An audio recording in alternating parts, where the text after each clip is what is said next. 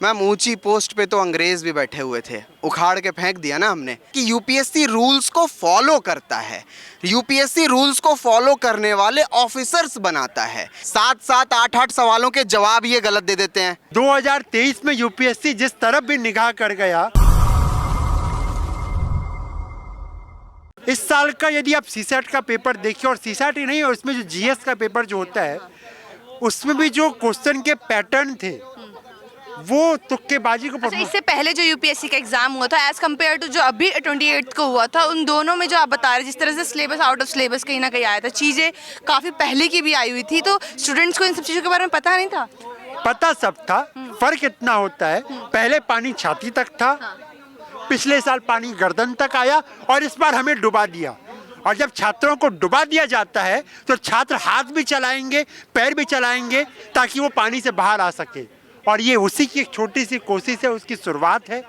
और जैसा कि मैं आपको बता रहा था कि इस साल का जो जीएस का पैटर्न जो पेपर था उसमें भी बहुत सारे एक तुक्केबाजी को प्रमोट करने वाले सवाल थे। उदाहरण के लिए यदि मैं आपको ये बोलूं कि भारत की 2 राज्यों की राजधानी निम्नलिखित 4 में से कौन सी है? पटना, जयपुर, आप मान लीजिए गुड़गांव, और चौथा ऑप्शन है मान लीजिए आप रख लिए बनारस। अब इसमें सही उत्तर है पटना और जयपुर, जो भारत के 2 राज्यों की राजधानी है। और मैं ऑप्शन में ये दूं, इसमें से कितने पेयर सही हैं? Pair only 1 pair is correct, only 2 pairs are correct, only 3 pair are correct, all of them are correct.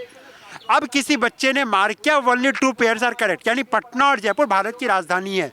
लेकिन उस बच्चे ने ये सोच के किया कि गुड़गांव और बनारस वो भी भारत के राज्यों की राजधानी है, और उसने मार्क किया only 2 pairs are correct.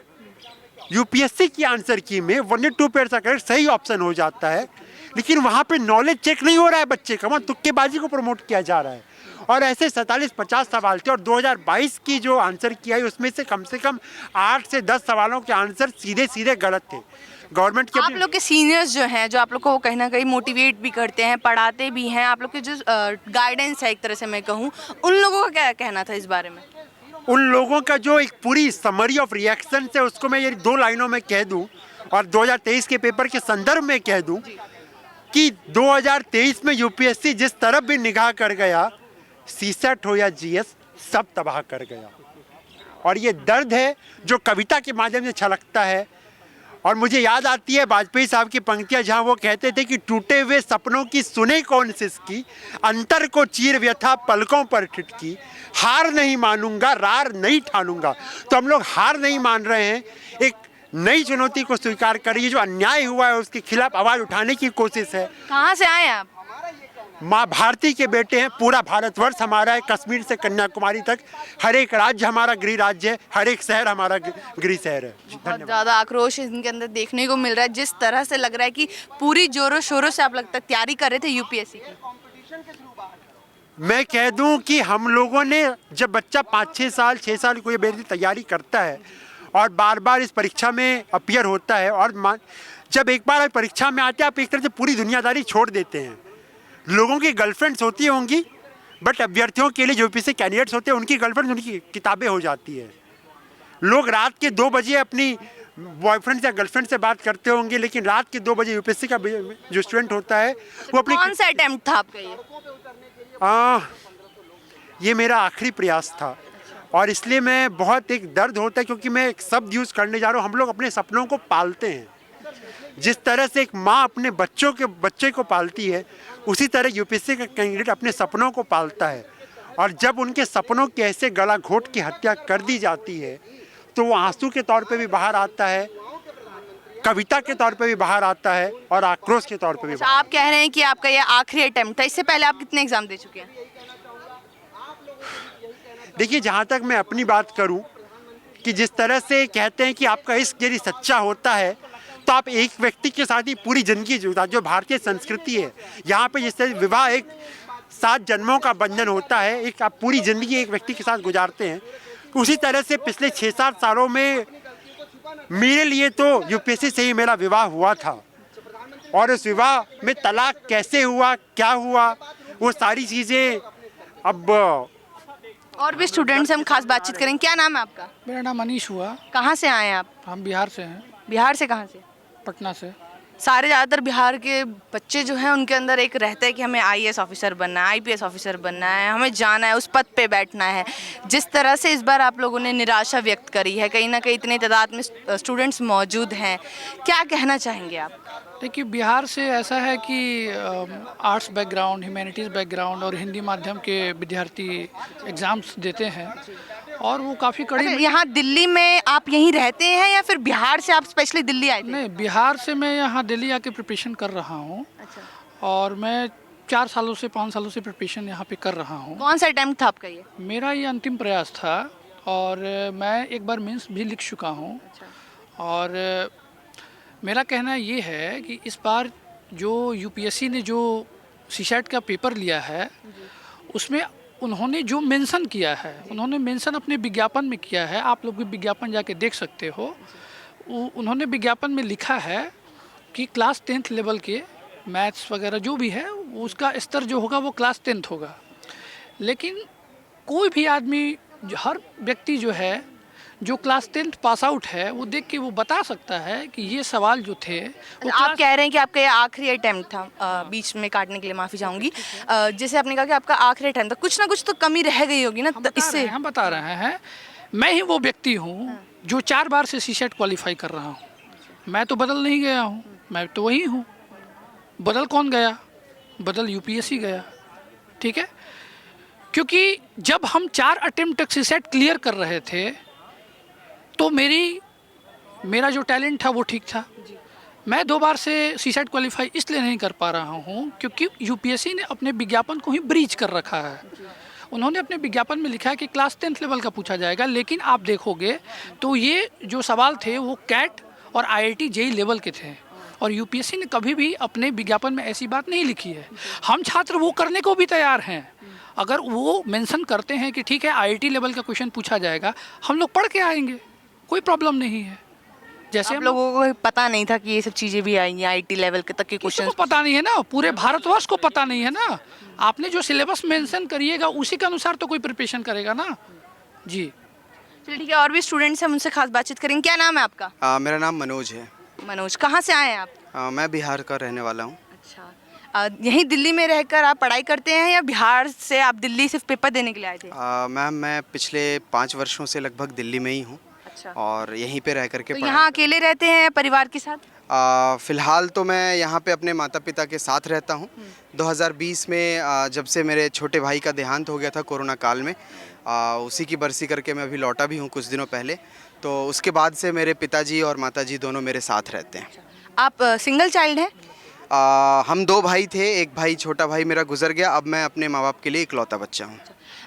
UPSC के एग्ज़ाम में जो अभी 28 मई को हुआ था, उसमें कहीं ना कहीं आउट ऑफ सिलेबस से आईटी या कैट के क्वेश्चंस कहीं ना कहीं आए थे। तो आप लोगों को ऐसी उम्मीद थी कि इस बार ये इन पेपरों में आपको ऐसा कुछ देखने को मिलेगा?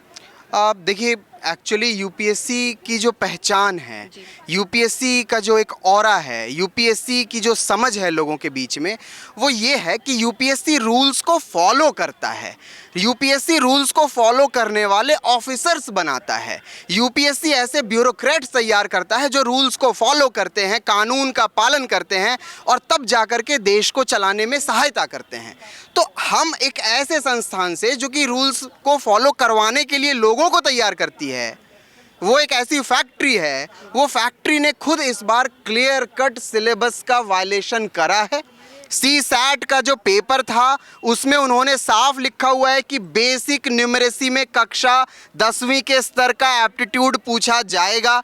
जब आप कक्षा 10वीं का स्तर एक्सप्लिसिटली लिखते हो तो इसका मतलब ये होता है कि छात्र उसी स्तर की तैयारी करके आएगा। अगर आपको उसके ऊपर का स्तर का पूछना है तो जनाब आप बता दो बच्चों को कि हम 12वीं के स्तर का पूछेंगे, हम ग्रेजुएशन पूछेंगे, हम सीसैट पूछेंगे, हम आईआईटी पूछेंगे। तो इस पे मैं सिर्फ इतना ही कहना चाहूँगा कि जो दबंग मूवी का डायलॉग है ना, थप्पड़ से डर नहीं लगता साहब, तो वही चीज़ है कि सिलेबस से डर नहीं लगता, धोखे से डर लगता है साहब, धोखे से डर लगता है। तो लगता है आपको कि धोखा दिया गया है? मैम, पूरा पीठ में कटप्पा बन करके इन्होंने खंजर घोंप दिया इस बार हम छात्रों के पीठ में। कितना आपने अभी तक कितना अटेम्प्ट दे चुके हैं? मैंने मैम अभी तक टोटल 3 अटेम्प्ट दिए हैं और ये तीसरा था? ये मेरा तीसरा था। एक्चुअली मेरे साथ क्या है कि मैं सीए का स्टूडेंट रहा हूँ, सीए फाइनल का मैं स्टूडेंट भी हूँ हाल फिलहाल में भी। तो मैंने काफ़ी लेट सोचा यूपीएससी के बारे में, तो मैंने अभी तक 3 अटेम्प्ट दिए हैं और यही मेरा आखिरी अटेम्प्ट भी था। सर कोई नहीं, कहा जाता है देर आए दुरुस्त आए। आपने कहीं ना कहीं कोशिश तो करी, आपने तीसरा अटेम्प्ट करा है, बट कुछ ना कुछ हो सकता है ना कि आपकी साइड से भी कुछ कमियां आई होगी, तभी आप मतलब जिसकी फर्स्ट अटेम्प्ट में, कुछ स्टूडेंट तो फर्स्ट अटेम्प्ट में क्लियर कर देते हैं, कुछ सेकंड में क्लियर कर देते हैं, कुछ सोचते हैं कि नहीं अब हमसे नहीं होगा तो छोड़ ही देते हैं। तो आपका ये तीसरा अटेम्प्ट था, तो जब आपने देखा कि सिलेबस में कहीं ना कहीं आउट ऑफ आया हो, तो आपके जो गाइडेंस हैं, जो आपके टीचर्स वगैरह हैं जिनसे आपने कहीं ना कुछ चीज़ें सीखी भी होगी, उनका इस बारे में क्या कहना था? मैम देखिए, जितने भी टीचर्स हैं उन लोगों का मोर और लेस यही कहना है कि पेपर में क्लियर कट सिलेबस का वायलेशन किया है। इनकी तो मैम सिलेबस के वायलेशन पे आप अभी मुझसे सवाल पूछ रही हैं, मैं आपको बता दूं इनके आंसर की में गड़बड़ियाँ हैं। 7-7, 8-8 सवालों के जवाब ये गलत दे देते हैं और उसके बाद इनसे कोई पूछने वाला नहीं है।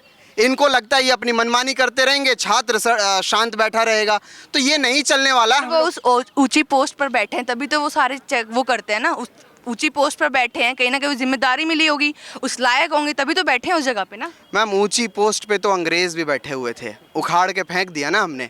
तो ऊंची पोस्ट पे कोई भी बैठा हो उससे फ़र्क ही नहीं पड़ता।